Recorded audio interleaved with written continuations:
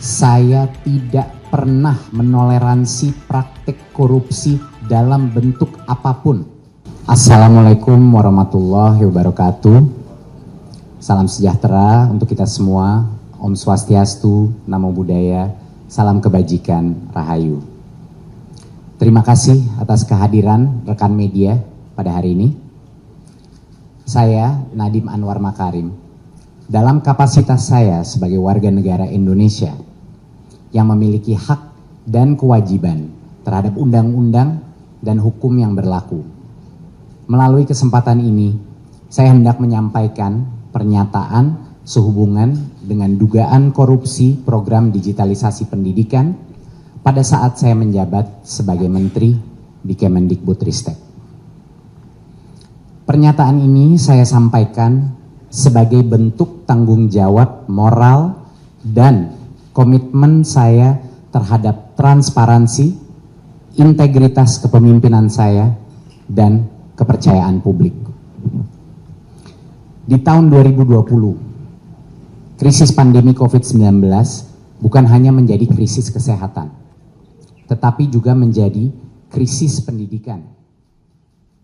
Kemendikbudristek harus melakukan mitigasi dengan secepat dan seefektif mungkin, agar bahaya learning loss atau hilangnya pembelajaran bisa kita tekan. Sehingga program pengadaan peralatan teknologi informasi dan komunikasi atau TIK yang termasuk laptop adalah bagian dari upaya mitigasi resiko pandemi untuk memastikan pembelajaran murid-murid kita tetap berlangsung. Kemendikbudristek melakukan pengadaan 1,1 juta unit laptop beserta modem 3G dan proyektor untuk lebih dari 77.000 sekolah dalam kurun waktu 4 tahun.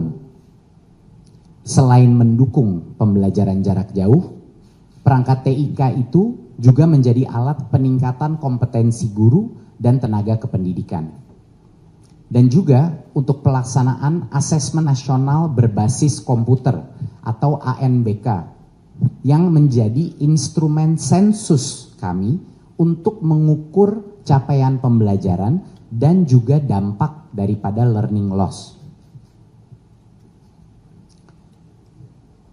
Saya sepenuhnya menyadari bahwa dalam setiap kebijakan publik, pengawasan dan akuntabilitas adalah hal yang tidak bisa ditawar. Selama saya menjadi Mendikbudristek, setiap kebijakan dirumuskan dengan azas transparansi, keadilan, dan itikat baik. Untuk menanggapi proses hukum yang saat ini tengah berjalan terkait pengadaan laptop Chromebook, saya menyampaikan hal-hal berikut. Saya menghormati dan mendukung sepenuhnya proses hukum yang sedang berlangsung. Penegakan hukum yang adil dan transparan adalah fondasi negara yang demokratis. Saya siap bekerja sama dan mendukung aparat penegak hukum dengan memberikan keterangan atau klarifikasi apabila diperlukan.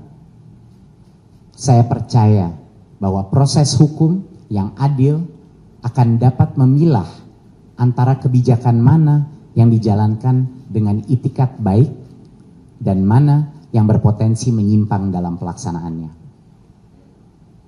Saya tidak pernah menoleransi praktik korupsi dalam bentuk apapun. Saya mengajak masyarakat untuk tetap kritis, namun adil. Tidak terburu-buru dalam menarik kesimpulan di tengah derasnya opini yang dibentuk. Saya percaya masyarakat Indonesia berhak mendapat kejelasan dan keterbukaan.